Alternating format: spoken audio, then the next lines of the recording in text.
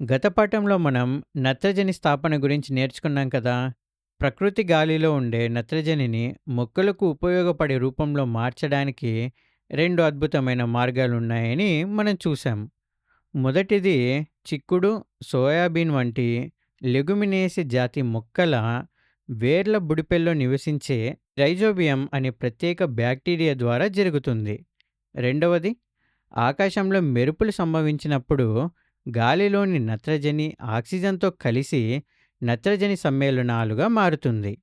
ఈ సమ్మేళనాలు వర్షపు నీటిలో కలిసి నేలకు చేరుతాయి. తద్వారా మొక్కల వేర్లు వీటిని పీల్చుకుంటాయి. అయితే ఇక్కడితో నత్రజని కథ ముగిసిపోతుందని మీరు అనుకుంటున్నారా? అస్సలు కాదు. ఇదొక అద్భుతమైన ప్రయాణం. మొక్కలు నేల నుండి ఈ నత్రజని సమ్మేళనాలను పీల్చుకున్న తర్వాత ఆ నత్రజని మొక్కల శరీరంలోకి చేరుతుంది. ఇక్కడే మన కథలోకి శాకాహారులు ప్రవేశిస్తాయి. అంటే హెర్బివోరస్ ఉంటాయి కదా అవి. శాకాహారులంటే కేవలం మొక్కలను ఆహారంగా తీసుకునే జంతువులు మాత్రమే. ఈ జంతువులు మొక్కలను తిన్నప్పుడు మొక్కల్లో ఉన్న నత్రజని ఈ జంతువుల శరీరంలోకి బదిలీ అవుతుంది. ఈ నత్రజని ఆ జంతువులు బలంగా మరియు ఆరోగ్యంగా పెరగడానికి, వాటి శరీరంలోని వివిధ జీవక్రియలు సక్రమంగా జరగడానికి ఎంతో దోహదపడుతుంది. అంటే గాలిలో ఉన్న నత్రజని ఇప్పుడు ఈ జంతువుల కణాల్లోకి చేరిందన్నమాట. మరి ప్రకృతిలో పుట్టిన ప్రతి జీవి ఏదో ఒకరోజు మరణించక తప్పదు కదా. జంతువులు మరియు మొక్కలు మరణించినప్పుడు లేదా అవి విసర్జితాలను విడుదల చేసినప్పుడు, అంటే వేస్ట్‌ను విడుదల చేసినప్పుడు మనకు కనిపించని మరో రకమైన సూక్ష్మజీవులు రంగంలోకి దిగుతాయి. వీటినే మనం విచ్ఛిన్నకారులు అంటే డీకంపోజర్స్ అని పిలుస్తాము. ఈ విచ్ఛిన్నకారులు చనిపోయిన జీవుల శరీరాలను మరియు వ్యర్థాలను కుళ్ళిపోయేలా చేస్తాయి. అలా చేసి వాటిలో ఉన్న నత్రజని సమ్మేళనాలను తిరిగి నేలలోకి విడుదల చేస్తాయి. దీనివల్ల నేల మళ్ళీ సారవంతంగా మారుతుంది మరియు ఇతర మొక్కలు ఆ నత్రజనిని తిరిగి వాడుకునేలా చేస్తాయి. ఇదంతా ఒక అంతులేని పునరుత్పత్తి ప్రక్రియ.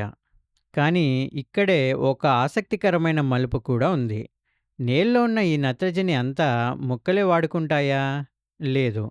నేలలో ఉండే మరికొన్ని ప్రత్యేక బ్యాక్టీరియాలు ఒక అడుగు ముందుకేస్తాయి. ఇవి నేలలో ఉన్న నత్రజని సమ్మేళనాలను తిరిగి నత్రజని వాయువుగా కూడా మారుస్తాయి. ఈ వాయువు తిరిగి వాతావరణంలోకి విడుదలవుతుంది. గాలిలో మొదలైన నత్రజని ప్రయాణం నేలలోకి వచ్చి అక్కడి నుండి మొక్కల్లోకి మరియు అక్కడి నుండి జంతువుల్లోకి, తద్వారా మళ్ళీ నేలకు చేరి చివరిగా మళ్ళీ గాలిలోకే కలుస్తుంది. ఈ మొత్తం ప్రయాణాన్నే మనం నత్రజని వలయం అని పిలుస్తాం. అంటే నైట్రోజన్ సైకిల్. ఈ వలయాన్ని ఒక పద్ధతిలో అర్థం చేసుకుందాం. వాతావరణంలో టన్నుల కొద్ది నత్రజని ఉన్నప్పటికీ మొక్కలు నేరుగా తీసుకోలేవు. అందుకే మన సూపర్ హీరోలైన రైజోబియం బ్యాక్టీరియా మరియు మెరుపులు వీటికి సహాయపడతాయి. అవి నత్రజనిని సమ్మేళనాలుగా మార్చి నేలలో ఉంచుతాయి. మొక్కలు వీటిని శరీరంలోకి శోషించుకుంటాయి. శాకాహారులు ఆ మొక్కలను భుజిస్తాయి. తద్వారా నత్రజని జంతువుల శరీరంలోకి మారుతుంది.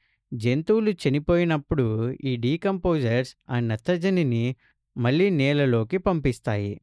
చివరిగా కొన్ని బ్యాక్టీరియాలు ఆ నత్రజనిని వాయువుగా మార్చి మళ్ళీ ఆకాశంలోకే పంపిస్తాయి. ఇలా నత్రజని వలయం అనేది సంపూర్ణంగా పూర్తవుతుంది. చూశారు కదా, ప్రకృతి తన వనరులను ఎంత అద్భుతంగా రీసైకిల్ చేసుకుంటుందో.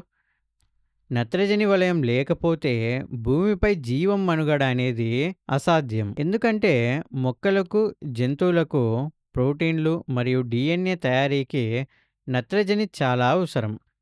ఈ వలయం ద్వారా నత్రజని పరిమాణం వాతావరణంలో ఎప్పుడు స్థిరంగా ఉంటుంది. ఈ ప్రకృతి సమతుల్యతను కాపాడుకోవాల్సిన బాధ్యత మనందరిపై ఉంది. తదుపరి పాఠంలో మనం సూక్ష్మజీవుల వల్ల కలిగే మరికొన్ని ఉపయోగాలు మరియు నష్టాల గురించి వివరంగా నేర్చుకుందాం.